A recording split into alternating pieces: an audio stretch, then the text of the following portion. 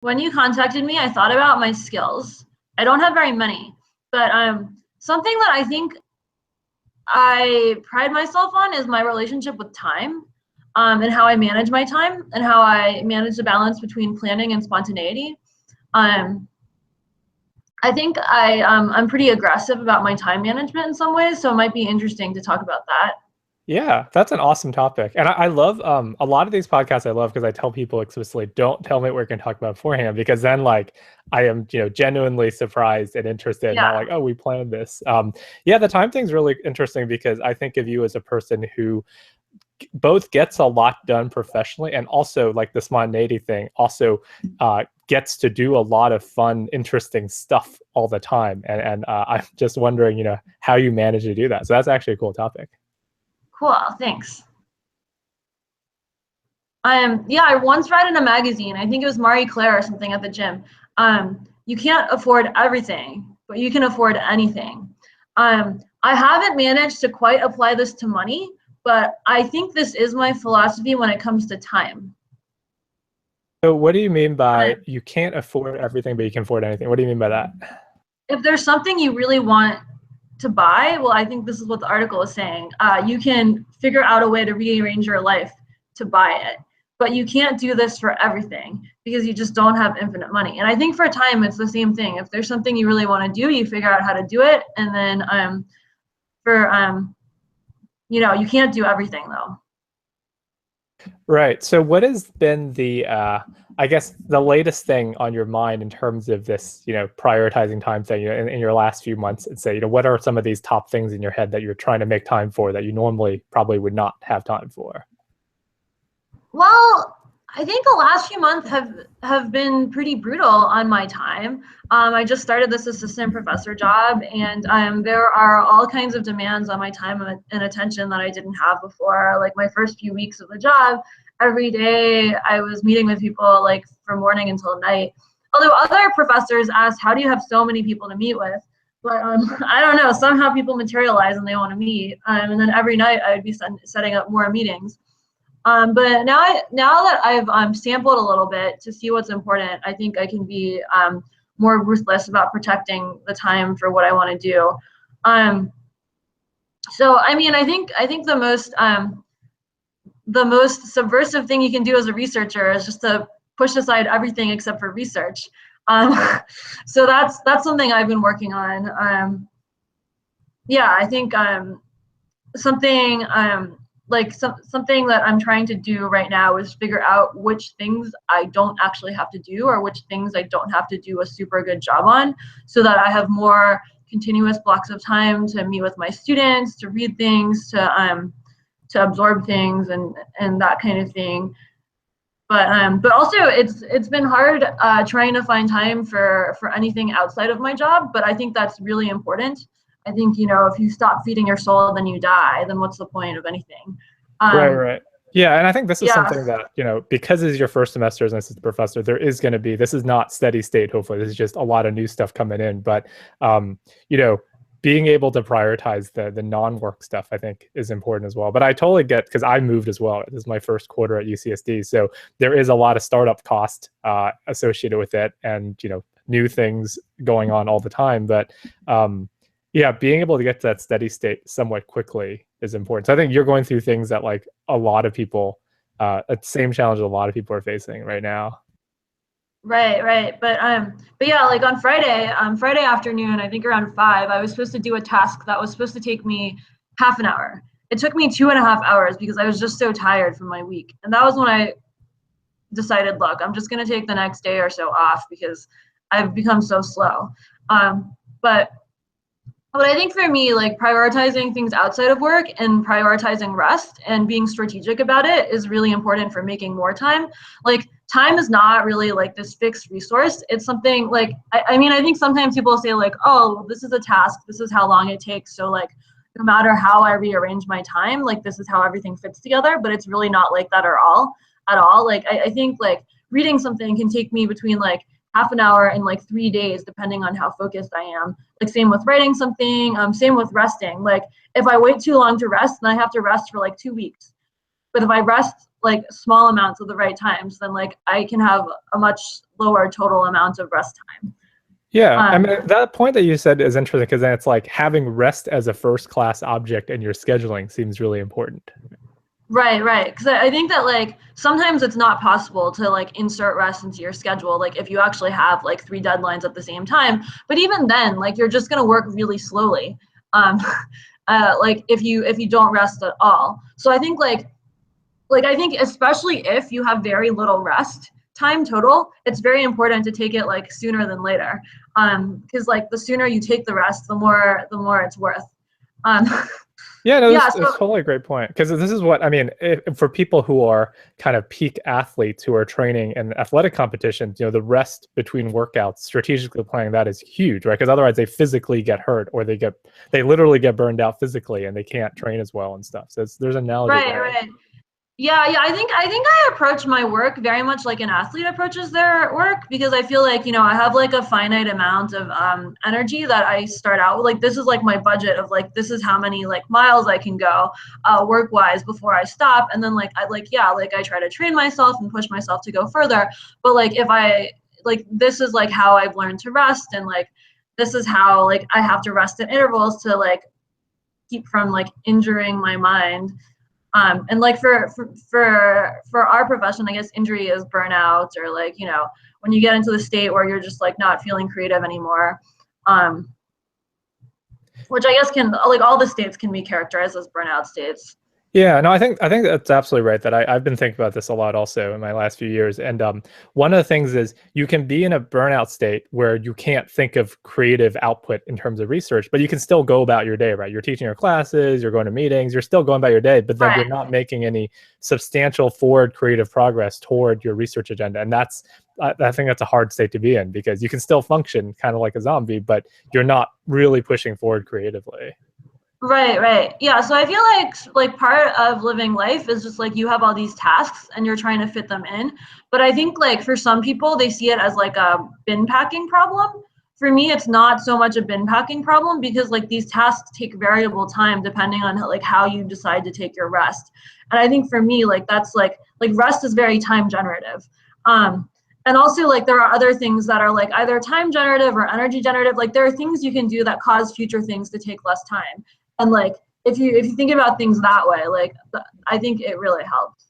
Yeah. I think that the kind of general form of this is really, you know, conservation of energy rather than time, right? That there's, you know, time is sort of proxy for creative energy. Right, exactly. Time is like this thing that happens to be going by as you're using up your energy, but it's your energy that you're using up. It's not time. Yeah, that's a really good point.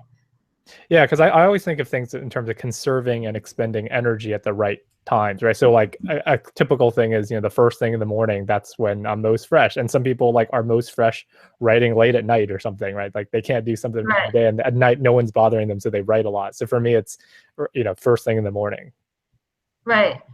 Yeah, and there's also other things that just kind of like make your time like decrease the general or increase the energy cost of your time. So like I've discovered answering emails to be one of these things. So I've really tried to aggressively batch email response as much as possible. Like sometimes I'll do email like once every 2-3 days, except for the very urgent emails, because like I don't know, like doing email even once a day, like just takes so much out of me. It like takes me out of what I'm trying to do, like all this other stuff. And like, I don't know, I feel like for most things, I read Frank Partnoy's book, Wait, the Art and Science of Delay, and that's related to Daniel Kahneman's like Thinking Fast and Slow, about like how there's slow thinking, there's fast thinking, but then like Frank Partnoy takes it even further, and he says, well, like if you apply this to your life, like sometimes if you just wait, things resolve themselves. And I feel like email is one of those things, like you just don't know like what is really necessary and what is not necessary, but if you just like let it be, sometimes it resolves itself. And so like the email batching is something that I think is really helpful. I would like to somehow batch my social media usage a little more too, because I bet like that's something that would make my time like a lot lower energy cost.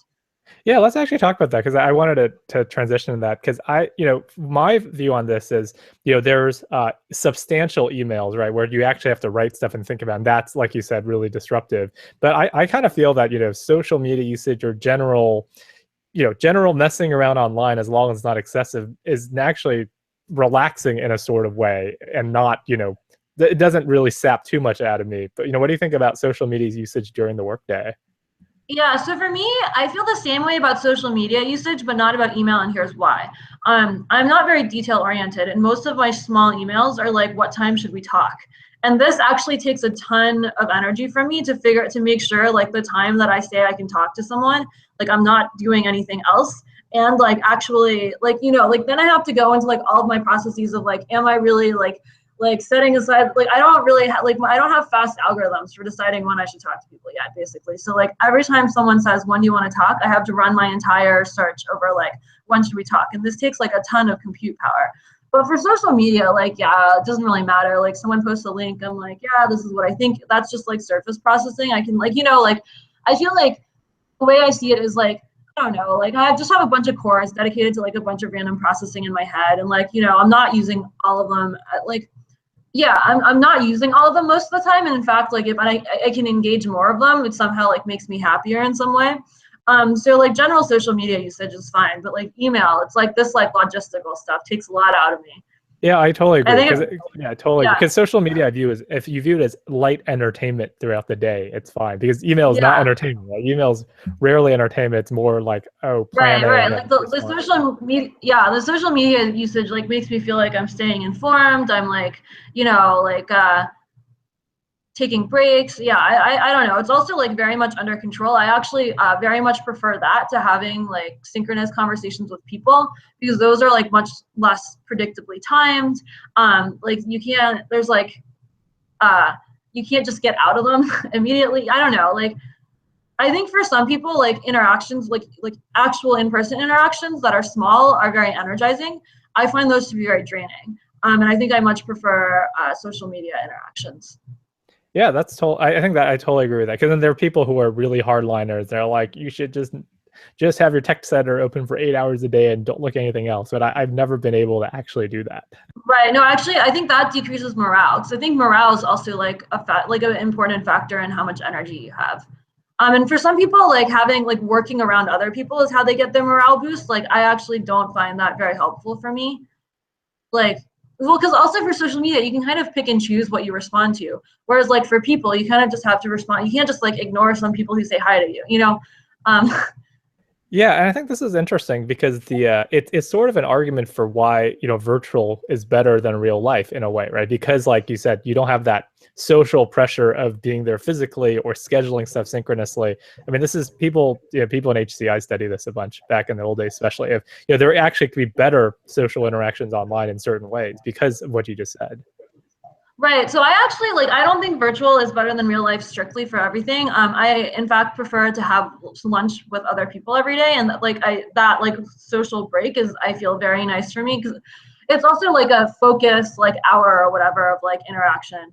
But yeah, for small interactions, I much prefer virtual to real life. Yeah, because like on social media and stuff, there are people who I would chat with or respond to messages, but I wouldn't necessarily want to sit down for an hour coffee with them, right? Right. Yeah, no, me too. So I guess on a related topic is, how did you think about your time? What was the progression of your kind of time management and philosophy throughout your years? Because you've always grown up in a really academically intense environment for many, many years and worked at a very intense pace for a prolonged period. And how did that kind of worldview shift, if any, over the past decade or more? Well, I think that I went through a lot of iterations. So growing up, my parents were very strict with my time. If I had a day off from school, I had to submit a schedule to my mother for approval. And then I had to report back on how I observed the schedule and show her my deliverables. Is that serious? Was I? Yeah. That's for real? Wow. Tell me a little bit about that, and then we can keep going on. This is Well, I fascinating. mean, I didn't like it very much, but my mom would be like, "Well, you have a day off from school. Vacations are for losers. You want to like really do something with your life, you got to do something. You don't take vacation." Like, then I'd And be that's like, why you're "Okay, professor at CMU now, right there. 15 years later. Okay, all moms should do that. Okay, good. Jean says. yeah." So she'd be like, "Okay, like why don't you like?" Well, before she'd give me like math exercises to do or like some kind of like enrichment exercises. And like eventually she would allow me to like supplement some of it with pleasure reading, which she was very suspicious of pleasure reading.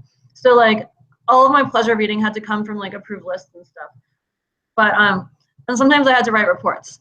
Um but yeah, but I think like my parents really made me believe that if I didn't follow a very regimented schedule, I would become a failure and die. And so I think when I first started college, I followed a very regimented schedule. I got up at 7 a.m. every day.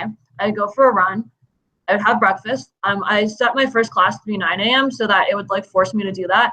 Um, and then every night, my freshman year, I went to sleep at 11 p.m. except for Thursday nights because all my problem sets were due Friday. So Thursday night, I wouldn't really sleep. But but like yeah, I don't know. The schedule had a lot of problems because like it was very hard to go to sleep at 11 p.m. in a dorm where nobody else went to sleep at 11 p.m. So often I would stay up later and then I wouldn't get enough sleep and then I'd have to nap in the library for 2 hours. And it really like wasn't a very realistic schedule. And also like my friends made fun of me a lot because sometimes we'd be eating dinner and I'd be like, gotta go. And they'd be like, wanna walk together? And I'd be like, no, you're walking too slow. Um, um, yeah, so that didn't work out super well. And so I think like by junior year, I was like sleeping 6 hours a night starting from like 3 or 4 a.m. Um, and my working hours are very much dictated by when my problem set partner's working hours were. And that was like kind of the opposite in a way. I worked all the time. And I really had not very much time to do anything else because I was just kind of like, this is when everybody else is working. And like also I feel like college kids are just not very effective. So if you just like work with someone else, you just kind of hang out for 6 hours, then you do a few hours of work. But like if that's who you want to work with, that's how you have to work.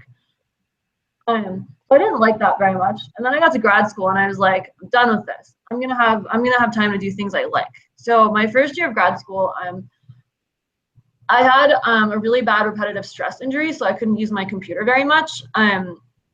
And so I really had to limit my computer time. I didn't really do email at all that year. I didn't really do social media. I worked for 8 hours a day, and then like the only time I spent on the computer, I was doing actual work. I took like some hard theory classes that year. Like the only time I spent at the computer was like teching up my solutions. I also did some coding, but like I understood that my computer time was very limited. So like yeah, like I really just like I only did what was necessary at the computer, and like at work I tried to like mostly only work because I didn't want to even like sit for longer than I needed to. And that gave me like a really interesting perspective on time. Because like actually I had a ton of time that year. Um, because like 8 hours a day is like more than enough to work. Like I would get into work at 8 or 9 every day, leave at like 5 or 6. I like did some form of exercise every day.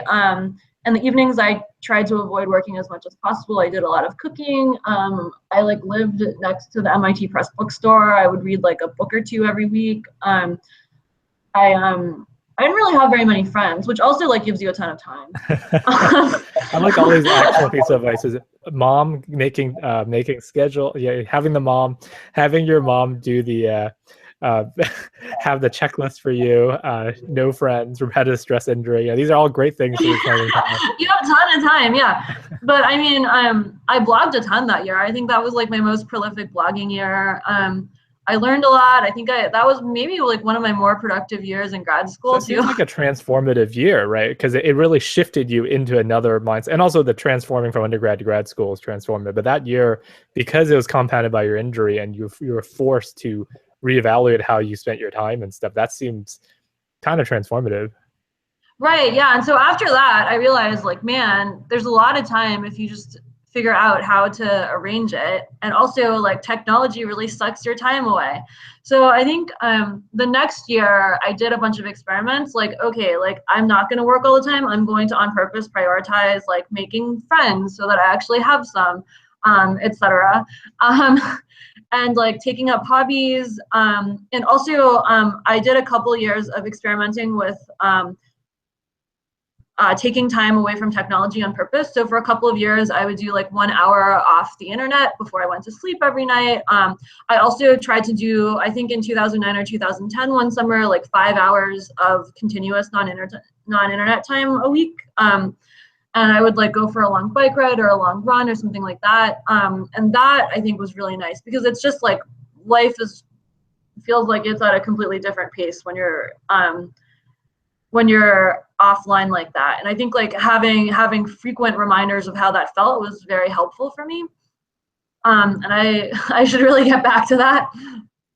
Yeah, they have these things in China now. I mean, they have everything in China, but they have these like get offline camps, right, for people who are addicted to internet gaming or internet. They like take away your phone and stuff, and you just go out in nature for a week or two. I'm sure they have in the U.S. also, but it's a indicator of this phenomenon that we're so hooked in all the time, right? And that just the fact of getting away is novel.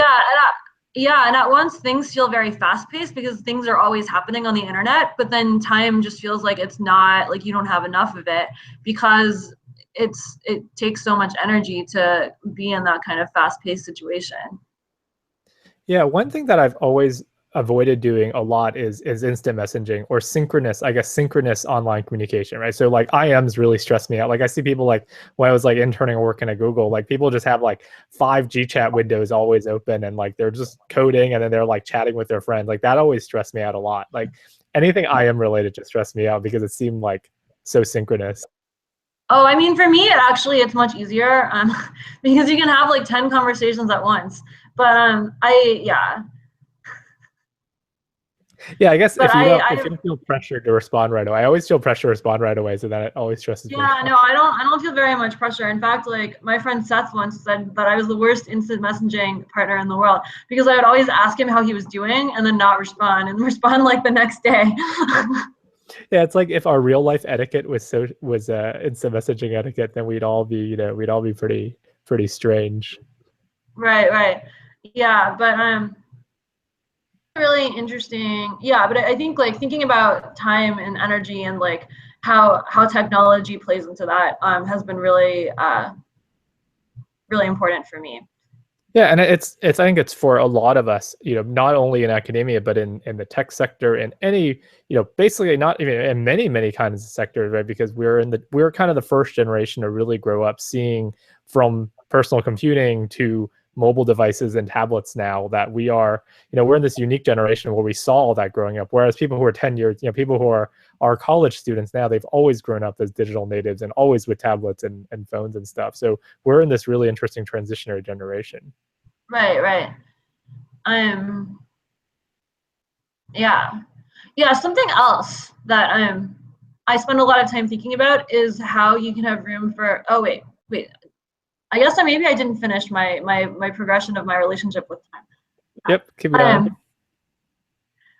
So yeah, let's continue that. So I had a couple of years of experimentation where I think like for a lot of grad school I did have a rough 9 to 5 schedule, where like I really tried to work during work hours and then like not get distracted during work hours, and then in the evenings and on weekends I really tried to do my other activities then, like when I started Graduate Women at MIT, I'd say I spent like 10 to 20 hours a week on that. I did a lot of blogging at various points. I co-directed the science writing group Neurite. And I think someone once asked me, how does that take up a lot of time? But I think I spent a lot of time thinking about how the group should be organized. And there's a lot of invisible work that it takes, I think, to run like a successful group. Yeah, I mean, both Graduate Women at MIT and the Neurite thing. I mean, I'm sure the behind the scenes work and organizing is something that people who are regular members probably don't appreciate. Yeah, but I think for most things I organize, there's a lot of secret work that takes a lot of time. And I think that how a lot of people will manage their work-life separation is like they'll just do their life during work and like work the whole day. But like I really like having like these are my work hours and these are my other hours, because like if I know what I'm supposed to focus on, it well, there's just this, well, I think that in order to be good at work, you have to work even when you don't feel like it. You can't just structured procrastinate all the time. I mean, structured procrastination is a really useful tool, but sometimes you just have to like grit yourself through things. And so I think having hours that are explicitly set aside to do working is really important. Yeah, I think that's actually a great point, especially in creative work, right? If you're writing a paper or writing and stuff, like sometimes you're not feeling it, but you know you have to sit down for those few hours and just try it, and then stuff will, slowly or but surely stuff will come. And if you don't sit down, nothing will come.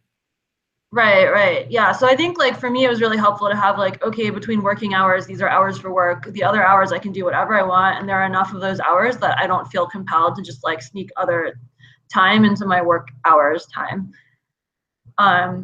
And yeah, I think I got a little bit disillusioned with my working hours after a while because I realized that I was having much less fun than a lot of other people. Like I didn't really socialize with my friends very much during work. And I think like it was really interesting. Like Daniel Jackson walked by the office once and said, "Hey, Jean, I think you're the only one who I always see working at your desk when I walk by." And other people said, "Oh, that's because she's on the internet the whole time."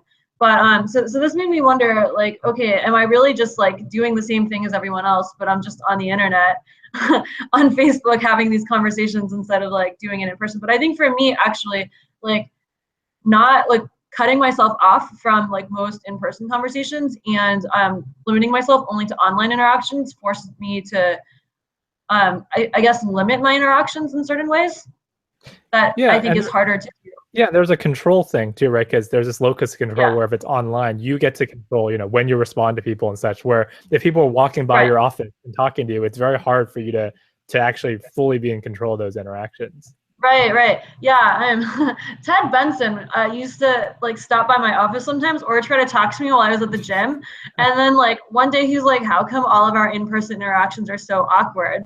And I don't know what I said to him, but what I thought was, well, it's because you always talk to me when I'm doing something else. Like, right. Yeah, but like online, it's like, I can be a normal person all the time, but if you try to talk to me while I'm working, like I'm just not going to be able to respond to you. Yeah, I really like that. Yeah, I mean, I think that the side thing we can talk about briefly is this idea of socializing at work, right? Because like, there is this sort of morale and camaraderie component of you being all co-located and doing stuff. But then again, it's easy to waste time during the workday, especially in grad school, just hanging out. So like, how do you balance that? Yeah, I don't know. I felt like I had a mailing list with my friends and we emailed across that and everybody else hung out all the time. And sometimes when I took breaks, I would hang out with them. But like, I don't know. I don't think I'm the biggest work socializer, actually. Well, it might seem otherwise because I had all those photo blog projects. But like, I don't know. Like, I feel like so my office mate Joe took most of those pictures, but both of us were on like this like these like Pomodoro variant work cycles where we would work for like 30 minutes, 45 minutes, then we would take breaks. And so like we always like socialized during our break times. So I think like if you have someone else who's like on a work cycle with you and you have like set socializing times, it could look like you're like more social than you are. But that's actually a really funny concept. Imagine like a whole pod of people all on the same timer, right? So it's like for 30 minutes they're silent, and then everyone just like rambles for 5 minutes, and then you're all silent again. And that's really yeah. But yeah, it was really interesting because I think like we tried a bunch of like these like work and then take a break, work and then take a break things together. Which I think is roughly helpful. But then I think like once you learn how to work, then you can just like work and then take breaks without timing it. Right. So I guess finishing up the grad school and transition to the professor life, what has been your, the biggest transitions in terms of time management? Well, I just have no unbroken, like it's a completely different game. It used to be like I had like 8 hours a day to do my work. And it was like, how do I maximize those 8 hours a day for productiveness? I have no meetings that are excuses for anything. So it's just like, okay, like what are my peak hours for doing what? Like, what's my really on time? What's my off time? Like, how can I just maximize this time? But now it's like, okay, like how do I set up? Well, it's kind of a similar thing, but it's just like, I set up my meetings during my like off times that are like off time kind of meetings. I try to set up like my on meetings during my kind of on times. Then like I try to leave myself some time. There's really not very much time. It's just like a different optimization problem. Yeah, I think that once you get used to it, you'll see that it is like the scheduling and everything is a first class object now, right? That it is important to view that as an important task in itself. But if you do that right, then I think after, a semester, a year, you'll quickly get into it. I'm sure you'll quickly get into a groove again. Right. Yeah. Because I think it's interesting because I feel like not a lot of people view scheduling as like one of the primary challenges of being junior faculty, but I feel like if you get the scheduling problem right, a lot of other stuff falls out. Totally. Yeah. I mean, that's what I blogged about when I started my first year. I had the very similar sort of thing of, oh my God, I'm in meetings all day and like things are piling up. And then I eventually wrote about that. And I said like the advice I give to first semester faculty is get your time management down, right? It seems cliched, but the actual thing is, view scheduling as a first class object. And, with all the stuff we talked about, with energy, with time, with deadlines, with when it's okay to procrastinate, when it's not, when things are truly urgent. And if you get that down, then, you'll get rolling a lot better. Right. Yeah. And something else that we haven't touched on that I think is really important is that preparation really changes the amount of energy it takes for time. Like, I think just like for some things, it's also like different things. Preparation increases the amount of time you have, different amounts. But like sometimes, if you go into a student meeting and you have a roadmap or you've like read their document or something like that, it like completely changes how it goes. Also, like I realize with my colleague meetings, especially ones that like colleagues I'm friends with, if we don't have an agenda, we'll just waste the entire meeting. Right. I mean, it's if it turns into a social meeting, which it may be okay if you want to socialize, but if you want to get something done, right? Right. Yeah. And I think also like for how I manage my personal life, preparation really increases the amount of time. Like one of my favorite things to do is just like leave my house on a Saturday and like not know where I'll end up for the next like 12, 15, 16 hours. And I think a lot of that is enabled by having all the things I need with me. And like then I can have like this like long stretch of time where I'm just doing like everything I want to do. Yeah, this goes into the spontaneity thing. I guess in the last few minutes we can wrap up talking about spontaneity, because it seems like by preparing well, you can be spontaneous and exactly. Yeah. For me, like spontaneity is all in the preparation. Like, one way to be spontaneous is like you have no constraints and you can just like pick up at any time and do anything. But if you actually have constraints, then like you kind of need to like if these are your boundaries, then you kind of have to like give yourself like enough things so that you are simulating a situation where you can pick up and do anything at any time. Yeah, so I guess in the last few minutes, we can talk a little bit about, we can wrap up with your thoughts on spontaneity, because we talked a lot about structure so far, but at the very beginning, you talked about how you kind of pride yourself in balancing structure and spontaneity. Yeah, so I think well, it's interesting because I think a lot of people don't believe it's possible to be spontaneous when you have such a structured life as I do. And like, there's all these people who are like, oh, like don't schedule any meeting. But it's like, when you're a faculty member, you have to schedule all your stuff. You have to show up for the classes that you teach. You have to like manage your time well enough so that you have time for your students. You can kind of be a jerk and like not do those things, but I don't think that's the way to go. And so then I think like what you really want to do is like make the most of the blocks of time that you can be spontaneous and like use those as best as possible. And so like, well, like, so like for like my Saturdays, like if I have a Saturday that I can do whatever I want, then I try to think about like what are all the possible things I want to do and what are the things I need from them for them. And then like I collect all those things, and then I can have a spontaneous day where I'm just not like, oh, like, well, I only have like 2 hours left, and then like I'd have to go home for this and like do all this other stuff, right? Like if you just have all your things, you can do a lot of things. And I think work-wise, like, yeah, like, you know, it would be great to have like 6 months where you're just like going into like some like mountain cabin with a collaborator and like seeing what arises. But like you can kind of also simulate that situation by just like doing some preparation for like smaller meetings with them. Like, okay, what are all the things this collaborator is interested in? I will read these papers. And so like, instead of like, you can kind of turbocharge getting up to speed. Like, you know, it could have taken 3 months for you to like sit with that collaborator and they just like tell you everything. But it also took them 3 months to write a paper at some point. You could just read that paper. So I think like preparation is a really good substitute for a lot of time. To allow for spontaneous interactions to occur in a smaller amount of time.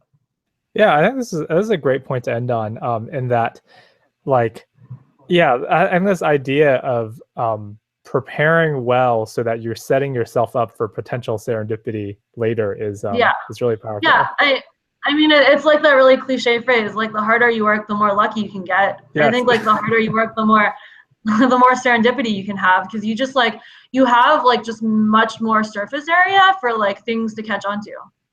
Yeah, and I think that there's this common misconception that like, in order to be, like you said, in order to be spontaneous, you need to like have no structure and no meetings and just be like off in the forest somewhere. But then actually that is not a recipe for anything, because then you don't have any structure and you're anxious that like you don't know where you're going to get your next meal and stuff. Right. Well, I mean, it's fine if you can afford to do it, but yeah, there's just, I mean, it's not compatible with our lives.